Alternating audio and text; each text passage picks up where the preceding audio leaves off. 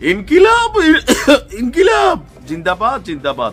মানে আমার নাহিদের আওয়াজটা দেখেন, ছেলের মধ্যে জোশ আছে, কিন্তু যেদিন জাতীয় নাগরিক পার্টির উদ্বোধন হইলো তা নাহিদের প্রথম আওয়াজটা যেরকম ছিল ইনকিলাব ইনকিলাব, এরকম গলাটা একটু ডাউন হয়ে গেছিল। তবে পরিস্থিতি যা ধরছে আরো ডাউন হয়ে যাবে। বিএনপি একের পর এক এমন চমলক্ষ টাইপের কথাবার্তা বলছে বাপ ডাকাইয়ে আদায় করে নেব, হ্যাঁ 3টা সিট পাবার টেঙ্গি তুলে কথা বলো। কারে বলছে জানি না, জামাত না জাতীয় নাগরিক পার্টি।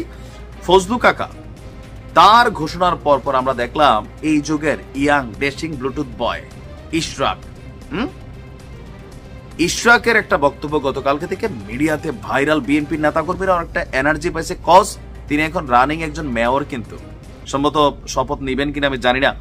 যাই হোক, হঠাৎ করে ডক্টর মোহাম্মদ ইউনূসের সরকারকে একটা অদৃশ্য ঝড়ের মোকাবেলা করতে পারে হচ্ছে বিএনপির, এবং ইশরাকের যথেষ্ট জনপ্রিয়তা আছে। তিনি বলছেন এই বছরের মধ্যে যদি নির্বাচন না দেয় তাহলে জনগণকে সঙ্গে নিয়ে নির্বাচন আদায় করে নেবে।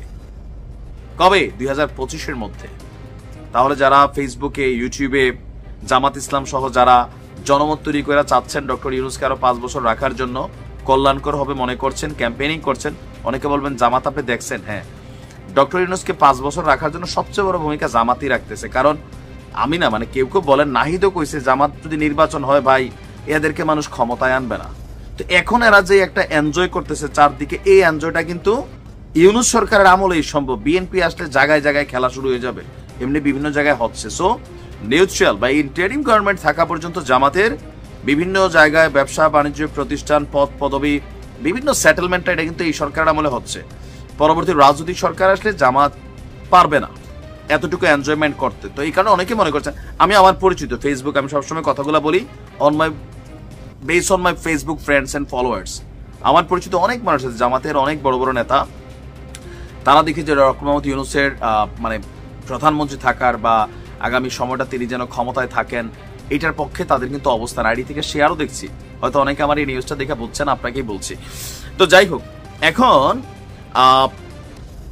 আপনার ভেরিফাইড ফেসবুক পেজে তিনি একটা পোস্ট করেছেন, সেখানে তিনি বলছেন নাহিদের পরে আসিফ এবং মাহফুজ ফুল মন্ত্রীর মর্যাদা যারা এনজয় করতেছে, তিনি বলছেন যে ছাত্র প্রতিনিধিদের অবিলম্বে পদত্যাগ করার আহ্বান জানিয়েছেন ইশরাক। কেন?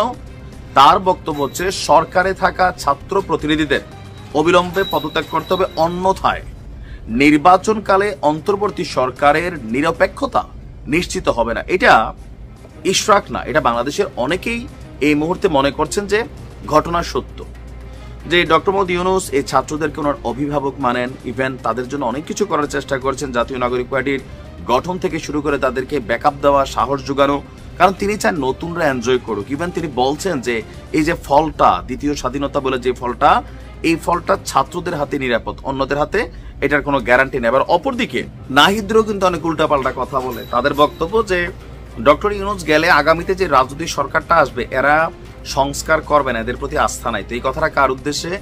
বিএনপির উদ্দেশ্যে। রাজনীতির কথা তো কেউ কেউ নাম নেয় না, কিন্তু আমরা বাঙালি জাতি কখনো কলকাতা বলুন না, মানে বোঝা জাতি, তাই না? কলিকাতা হারবালও বোঝে, কেউ ডাবল সেন্টেন্স বোঝে। তো যাই হোক, তো সেখানে আমরা কিন্তু বুঝতে পারি যে কে কাকে কোথায় মেনশন এবং ইশারা ইঙ্গিত দিচ্ছেন।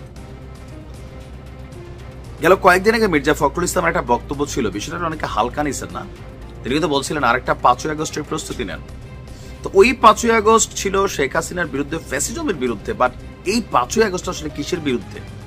রাজনৈতিক নেতাকর্মীদের প্রস্তুতি থাকার জন্য তারা বলছেন রাজপথে নামবে কিন্তু বিএনপি, আর এই নামাটার পরে খেলা অন্যদিকে ঘুরবে। অলরেডি ঘুরে গেছে হেফাজতরে দিয়ে, দেখেন নাই?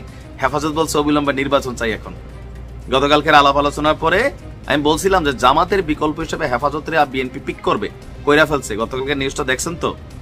হেফাজতে বলছে অবিলম্বে নির্বাচন চাই। তাহলে মাঠটা আস্তে আস্তে গোছানো হচ্ছে, এরপরে হয়তো মাঠে নামবে। দেখা যাক। চ্যালেঞ্জ পাল্টা চ্যালেঞ্জ, রাজনীতিতে শেষ কথা বলে কিছু নেই। ভালো থাকুন, আসসালামু আলাইকুম।